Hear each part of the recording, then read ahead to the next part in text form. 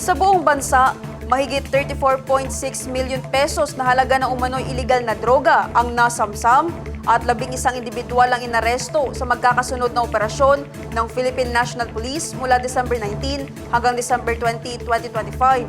Ang blotter sa report.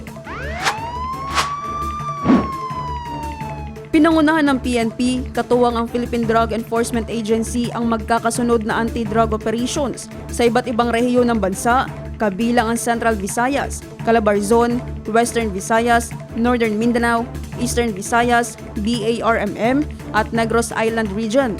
Nahuli ang 11 sospek kung saan 8 sa mga ito ay tinukoy bilang high-value individuals.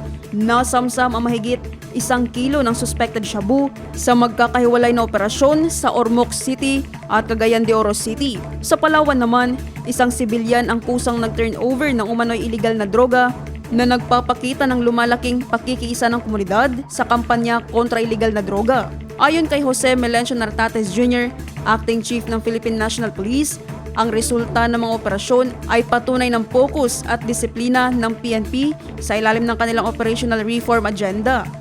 Lahat ng nahuling sospek ay nasa kustodiyan na ng pulisya at haharap sa kaukulang kaso sa ilalim ng Republic Act No. 9165 o Comprehensive Dangerous Drugs Act of 2002.